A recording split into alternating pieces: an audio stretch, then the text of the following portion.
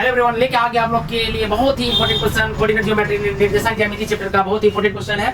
इस तरह का क्वेश्चन जो आप लोग का हर एक एग्जाम में आता है, तो आइए आज हम इस क्वेश्चन को देखते हैं और इसको हल करते हैं। इसको कैसे हल किया जाता है। क्वेश्चन है त्रिभुज के शीर्ष ए का निर्देशांक है 1,2, बी का निर्देशांक 3,5 एवं सी का निर्देशांक है वो है 2,2। केंद्र के निर्देशांक ज्ञात कीजिए। यहाँ पे बोला गया है कि त्रिभुज का जो केंद्र होता है उसका निर्देशांक क्या होगा। ठीक है, तो सबसे पहले हम लोग एक त्रिभुज बना लेते हैं। इसका जो है कैसे बनेगा उसको हम चित्र के माध्यम से समझते हैं। जैसे एक त्रिभुज बना लिए ए बी सी, ये इसका शीर्ष है और ए का निर्देशांक दिया गया है क्या 1,2, यानी ए का निर्देशांक 1,2 और बी का क्या दिया गया 3,5, 3,5 हो गया और सी का निर्देशांक है 2,2, यहाँ पे लिख दिए। अब हमें बोला गया कि इसका केंद्र का, त्रिभुज का जो केंद्र होता है यहाँ बीच में इसका केंद्र होता है। यदि हम इसको मिला देंगे बी का से सी से उसके बाद ए से मिला देंगे तो यहाँ पे जो बिंदु आएगा तो इसे ये बोलेंगे हम लोग त्रिभुज का केंद्र। तो इसका अगर हम लोग निर्देशांक निकालेंगे तो इसका निर्देशांक का सूत्र होता है वो आइए हम पहले लिखते हैं। पहले x1 ये वाला x1 का मान, ये वाला x2 और ये वाला x3। पहले ले लेते हैं x1 बराबर 1 और x2 का मान जो है ये वाला हो जाएगा 3 और x3 का जो मान होगा ये हो जाएगा 2, यानी 2 हो जाएगा। ठीक है, फिर उसी तरह से y1 का मान जो पहले दिया गया ये हो जाएगा आपका y1 का मान।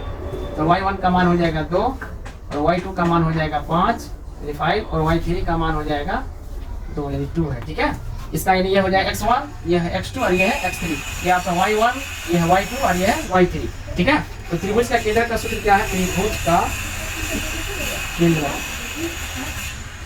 इसका सूत्र था प्यारे बच्चे x बराबर सूत्र है x1 plus x2 plus x3 अब y3 होता है। ठीक है, तो ये वाला फार्मूला लगा देंगे। अब हमें x1 का मान देखिए क्या है, तो x1 का मान 1 दिया गया प्लस x2 का मान क्या है 3 है तो प्लस 3 हो जाएगा और x3 का मान 2 है तो यहाँ पे 2 लिख देंगे और नीचे में क्या है 3 है तो 3 लिख देंगे। आप x बराबर यहाँ जोड़ेंगे 1 और 3 को 4, 4 और 2 हो जाएगा 6 और यहाँ पे हो जाएगा नीचे में 3, 3 एकम 3, 3 6 तो x का मान आ गया x बराबर हो जाएगा 2। अब इसी तरह से हम लोग y का मान यानी y का निर्देशांक निकालेंगे तो y का जो फॉर्मूला होता है त्रिभुज का केंद्र में y बराबर फॉर्मूला होता है y1 plus y2 plus y3 y होता है 3।